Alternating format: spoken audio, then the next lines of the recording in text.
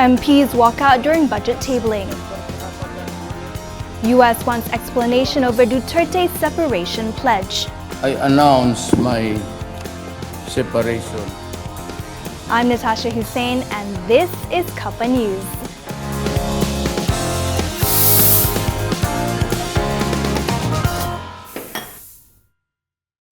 It's final. The death sentence on the serial rapist dubbed Rambo Buntung, who killed a 17-year-old girl in 2009, will stay, ruled the federal court today. A five-man panel led by Chief Judge of Malaya, Tan Sri Zulkifli Ahmad Makinuddin, today dismissed Rabidin Satir's final appeal against his conviction and death sentence for committing the offence at a house in Kampung Ketari Bentong, Pahang between March 7th and March 8th, 2009. Justice Zulkifli said the DNA and forensics evidence adduced by the prosecution was enough to prove the case beyond reasonable doubt. 46-year-old Rabidin from Indonesia, arrested in 2012, was sentenced to death over the murder by the Temulo High Court in August 2014. He lost his appeal at the Court of Appeal in October last year. He was also charged with raping the girl, but the High Court acquitted him because it could not ascertain whether the rape was committed while the victim was alive or after her death. It's just a war of words. Inspector General of Police Tan Sri Khalid Abu Bakar said he did not see anything wrong with the gathering the red shirts held yesterday outside the Dangwangi police station declaring war against Bersih. However, Khalid said those who feel offended by words uttered by Red Shirts leader Datuk Sri Jamal Yunos during the gathering after his release from police detention can lodge police reports against him. It's how you all accept it lah. You perang lah balik mau cakap dengan dia. Itu dia meluahkan perasaan dia, itu kita rasa tidak ada masalah lah pada kami kerana ia tidak ada mengganggu apa-apa. Dan itu pun dibuat dalam masa yang amat singkat sambil dia keluar jalan keluar itu dia membuat kalau begitu banyak orang yang kita ambil tindakan yang berhimpun depan balai, depan Bukit Aman, luar penjara, tak ada kerja lain kita.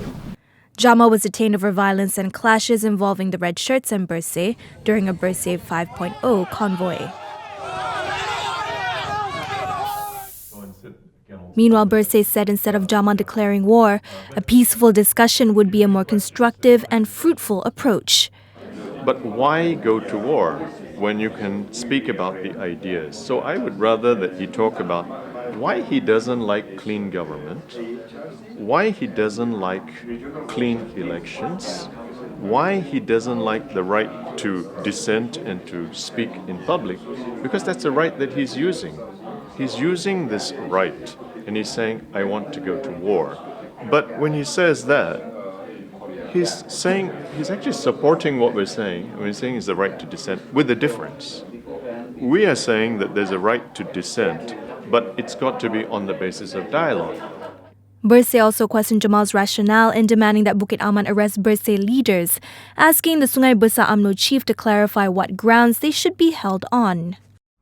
The tabling of Budget 2017 today was not without incident. Opposition MPs stole the Prime Minister's thunder, walking out of the Dewan Rakyat halfway through his speech at 5:56 p.m.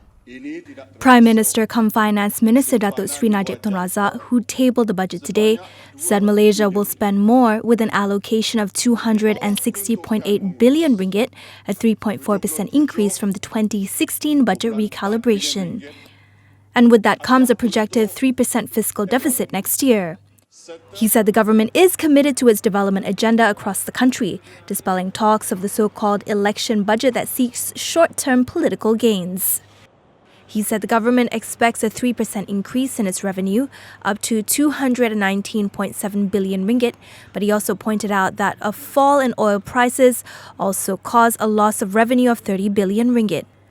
An increase in the 6% goods and services tax rate, he said, is just hearsay, and GST collection as of October 19th reached 30 billion ringgit. He also announced the increase in BRIM financial aid, which will benefit 7 million recipients. The government will allocate up to 6.8 billion ringgit for this purpose.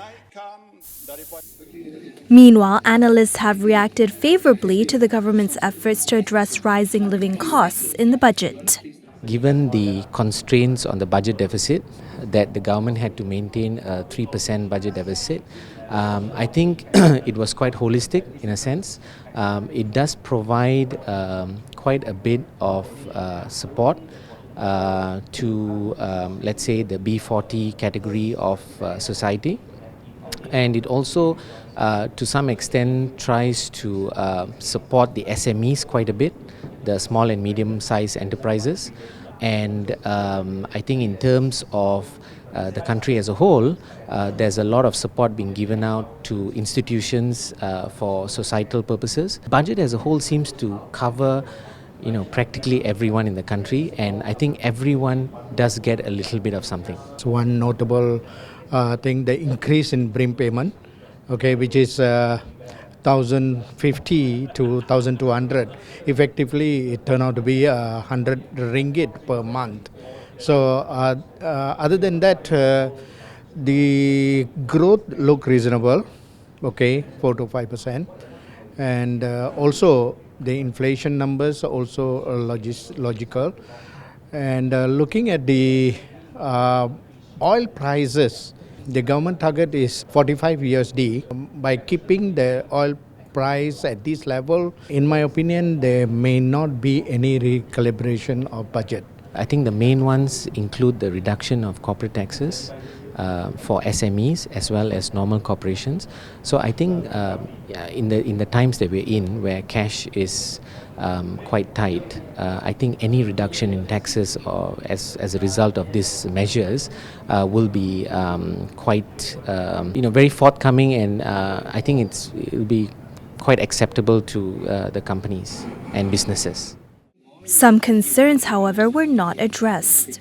What is disappointing is I think the EPF withdrawal is, a lot of people were expecting that they will increase from 30% for the account to 40%. That is missing there.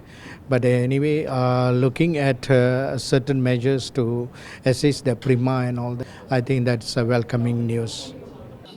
The government also unveiled My Beautiful Home, a new scheme for the B40 group with an allocation of 200 million ringgit. Homes will be built for a price of 40,000 ringgit per unit, with the government to finance half the cost, while the remaining amount would be paid in installments by the homeowner.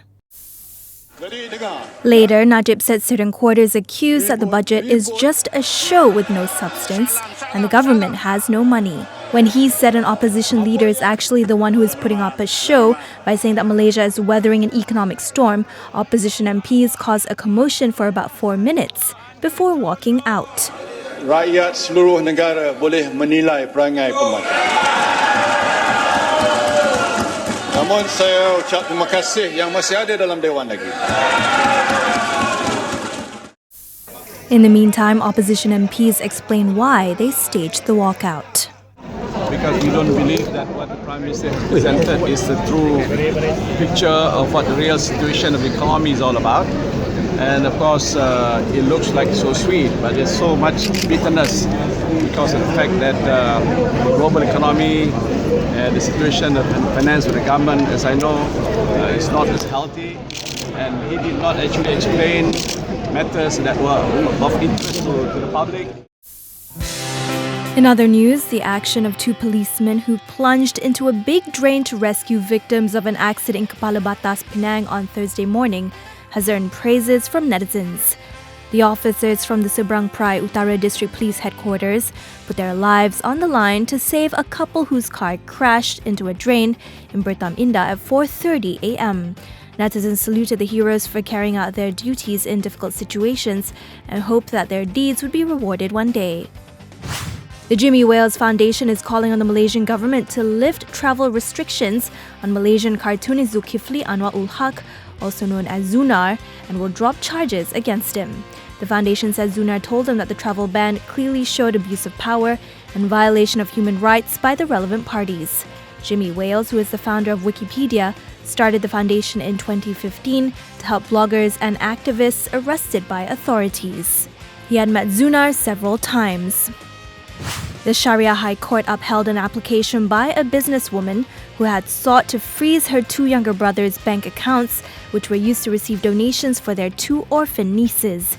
In May last year, the orphans' parents, Fairuz Nizam Hussain and Nova Safitri Azari, and their 6-month-old baby were killed in a crash at the Duke Highway caused by dangerous driving by 6 Myvi drivers who were said to be racing before the incident.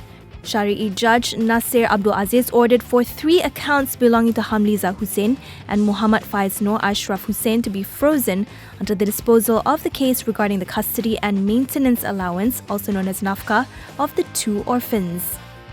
EPF has responded to a WhatsApp message being circulated on a purported 12 billion ringgit loan taken by it from Standard Chartered and DBS.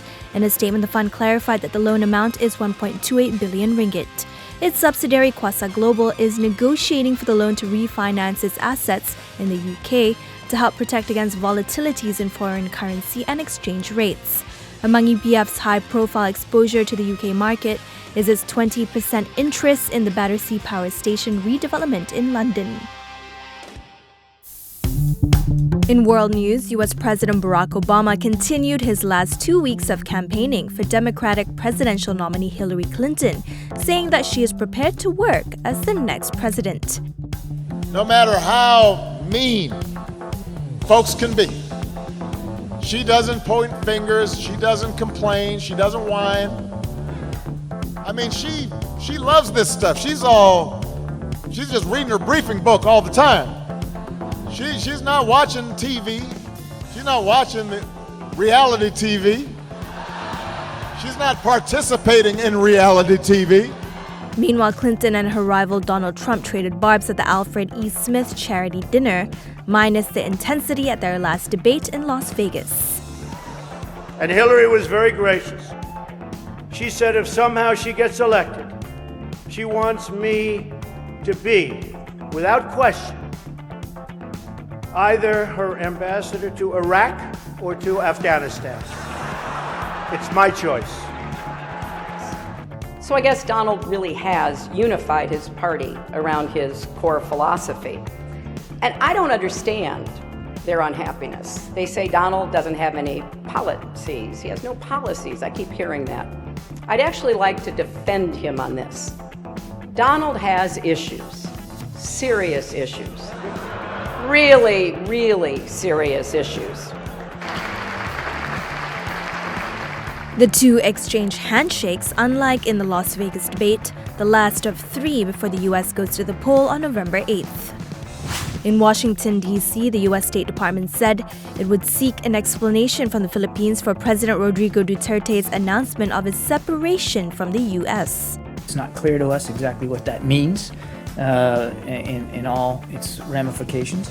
During his visit to Beijing on Thursday, Duterte said the Philippines would realign itself with China and they would resolve the South China Sea dispute through talks. On a lighter and furrier note, China held its first giant panda festival in Wenchuan, Sichuan province, where visitors got the chance to see 33 pandas all at the same time. There was also an exhibition of giant panda paintings, hoping to spur efforts to protect the animal. Wenchuan has a total of 165 giant pandas. And that brings Cuppa News to a close. Have an awesome weekend.